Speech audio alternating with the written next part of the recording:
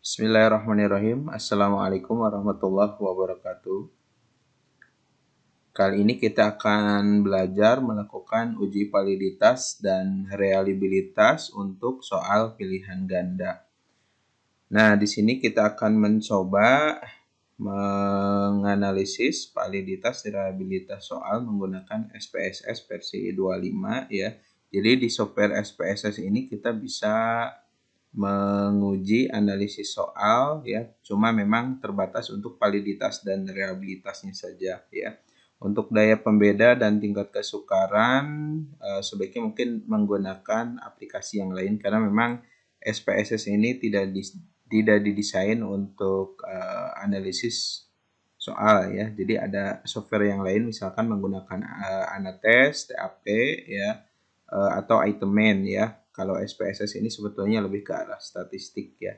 Cuma untuk validitas reliabilitas ini bisa kita lakukan. Kita akan coba ini, saya sudah mempersiapkan soal bentuk PG ya. Ini hasil merekapitulasi dari jawaban siswa ya dengan respondennya atau jumlah sampelnya sebanyak 30.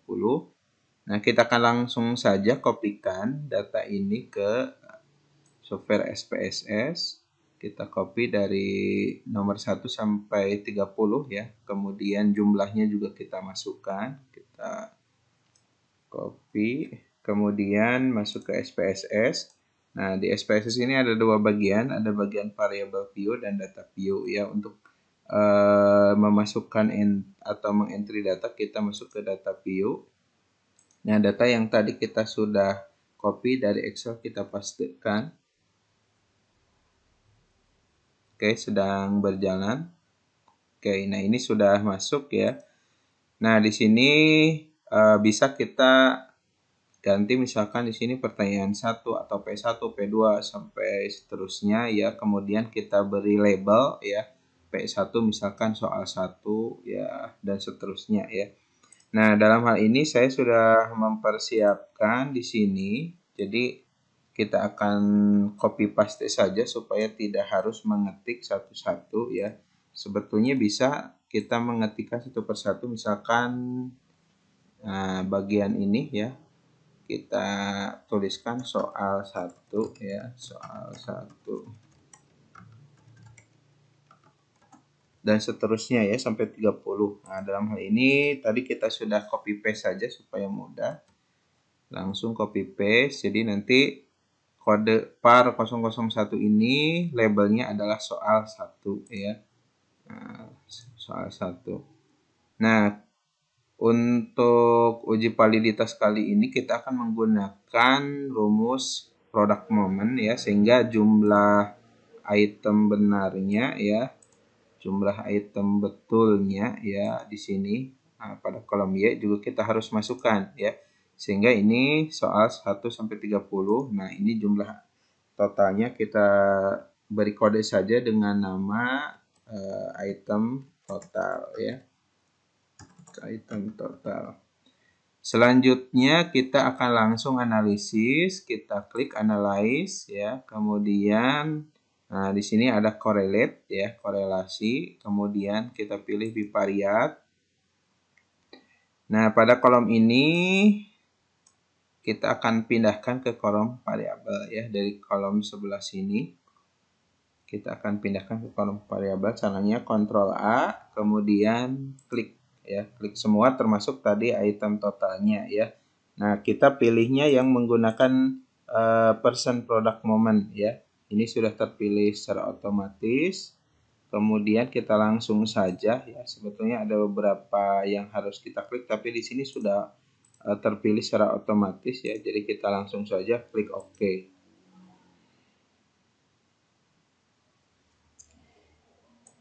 Nah, untuk melihat soal nomor 1 ini valid ya atau tidak ya. Nah, kita lihat pada bagian ujung ya, pada bagian ujung sini ya. Nah, cara menafsirkannya pertama bisa dari sigtotal ini ya, nilai signifikansi ya, dua sisi ya, sigtotal. Kalau kurang dari 0,05 ya, menunjukkan bahwa soal tersebut valid ya. Misalkan nomor 1. Nah, ini kan 0,0000 ya, berarti kurang dari 0,050 ya atau 0,05 ya. Nah, berarti nomor 1 ini ya, soal item nomor 1 ini valid ya. Nah, cara yang kedua bisa dengan melihat percent correlation-nya ya, harga dari percent correlation ya. Harga percent correlation ini nanti kita bandingkan ya antara harga percent correlation pada R hitung ya, disebutnya R hitung ya. Nah, dengan R tabel ya. Nah, R tabelnya dari mana? Nanti silahkan download yang namanya tabel R ya. Nah, bisa download namanya tabel R atau koefisien korelasi ya. Nah, nanti karena kita di sini menggunakan 30 sampel ya, dalam ketentuan rumusnya itu N-2. Jadi banyak sampel dikurangi 2 ya.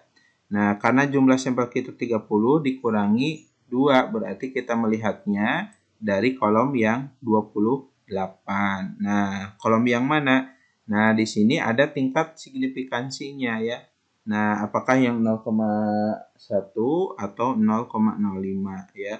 Nah, kalau 0,1 berarti tingkat kesalahannya 10% ya.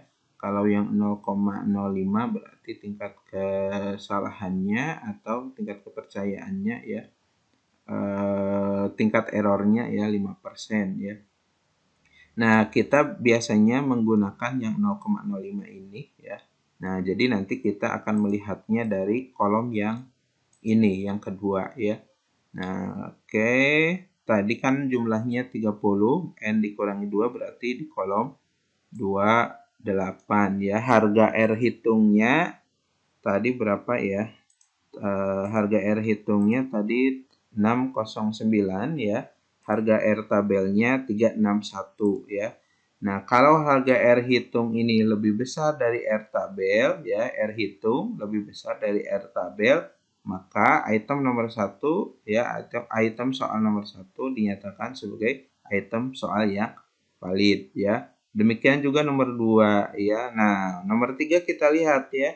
Nah, nomor 3 ini, nomor 3, nah ini signifikansinya nomor 3 ini 266 ya, 266 ya. Nah, kalau dilihat dari signifikansinya saja nomor 1 ini sudah tidak valid ya. Nah, kita lihat juga dari harga R hitung R tabelnya, ini R hitungnya 0,2110 sementara R tabelnya 361, berarti ini kurang dari 361 ya, sehingga nomor 3 ini, soal nomor 3 ini adalah soal yang tidak valid ya. Jadi soal-soal yang valid itu biasanya ada tanda bintang ya. Nah, ini menunjukkan ada tanda bintang. Kalau bintangnya 2 berarti sangat signifikan, artinya sangat bagus ya.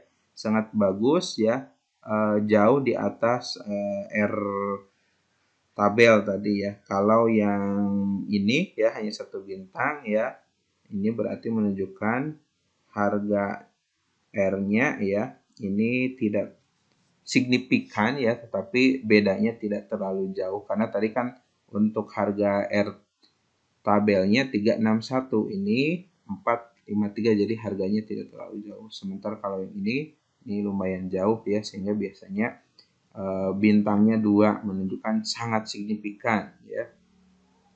Nah, ini juga ya. Nah, baik, kemudian selain uji validitas di SPSS juga kita bisa untuk uji soal ya, kita bisa melakukan uji reliabilitas ya. Caranya klik analyze, kemudian klik scale. Nah, ini klik reliability analyze ya. Nah, copy paste ya, masukkan ke item ya, semua item dimasukkan ya. Nah, yang item ini kita tidak gunakan ya item totalnya, jadi hanya menganalisis item-item jawabannya. Jadi untuk item total atau jumlah totalnya kita kembalikan saja ke sini ya. Jadi nanti akan dianalisis itu item-item dari jawaban setiap soalnya. Kemudian di sini untuk reliabilitas ini bisa menggunakan berbagai pilihan rumus ya. Di sini ada alpha ya. Nah, kemudian ada split half. Kalau split half ini metodenya belah dua. Jadi menentukan belahan kiri ya, maaf, belahan ganjil dan belahan genap ya. Nah, ini khususnya kalau soalnya genap ya. Kalau misalkan soalnya ganjil 25, nah ini tidak cocok. Ya, kita akan coba menggunakan yang model alpha ya. Jadi sudah kita masukkan ya, kemudian kita klik statistik ya. Nah, ini bisa kita pilih ya, item, scale, if item delete ya, correlation. Nah, bisa juga sebetulnya kita hanya pilih ininya saja ya, atau kita tidak pilih pun akan keluar hasilnya ya. Tapi untuk membandingkan data-data yang ada, kita pilih saja ya, item, scale, if item deleted, dan correlation. Kita klik continue, kemudian oke. Nah, di sini ada beberapa item yang muncul, reliability statistik, kemudian item statistik, ya, inter collision metric, dan lain-lain ya, item total statistik ya. Nah, yang akan kita pakai itu sebetulnya yang ini saja ya, kan kita hanya akan menguji reliabilitasnya saja. Ini menggunakan rumus Cronbach alpha ya.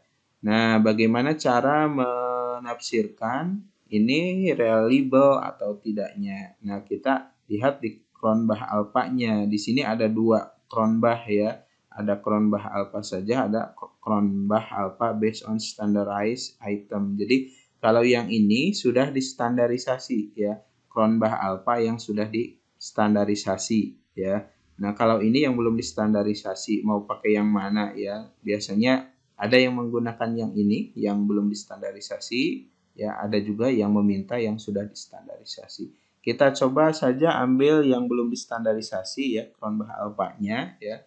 Nah, ini diperoleh 0,775. Nah, 0,775. Biasanya untuk reliabilitas ini nanti yang dikatakan reliable itu ya nanti di kisaran lebih dari 0,600 ya, atau 0,60 ya, tergantung juga nanti untuk rentang reliabilitas yang dipakainya yang mana, tapi biasanya itu di 0,600 atau 0,60. Nah, karena ini 0,0775 ini lebih besar dari 0,600 ya.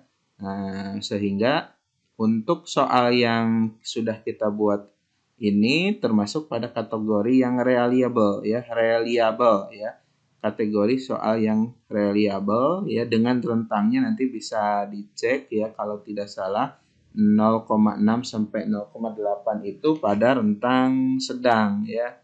Nah, jadi untuk soal yang kita buat, nah nanti dicek ya, ada berapa soal yang valid ya, yang validnya ya. Kemudian juga di sini soal yang kita buat itu sudah termasuk kategori yang soal yang reliable ya. Nah, sehingga layak digunakan sebagai instrumen dalam penelitian ya. Nah, kemudian ini cara yang pertama ya, menggunakan rumus Cronbach alpha. Kita juga bisa menggunakan rumus yang lain ya. Nah, kita bisa menggunakan di sini ada split half, Guttman ya, paralel, dan lain-lain ya. Nah, biasanya memang yang digunakan ada alpha atau split half ya. Kita coba pakai split half. Nah, kalau split half ini atau metode belah dua ini khusus untuk soal-soal yang jumlah item soalnya itu genap. Misalkan di sini kan kita tadi ada 30 soal ya, sehingga bisa dibagi belahan ganjil dan belahan genap ya. Nah, kalau soalnya misalkan hanya 25 itu tidak cocok ya, karena nanti ada jumlah belahan ganjil dan belahan genap itu tidak sama. Kalau ini kan sama ya, berarti belahan ganjil 15, belahan genap 15, atau apa namanya ya, pas gitu ya posisinya ya, ada ganjil genap ya. Nah, oh iya, ternyata di sini dibaginya oke. Tadi udah diklik ya.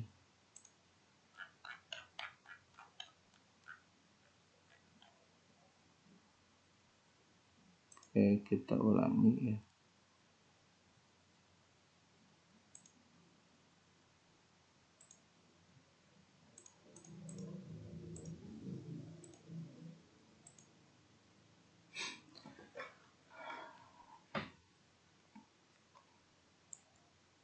Oke ya, di sini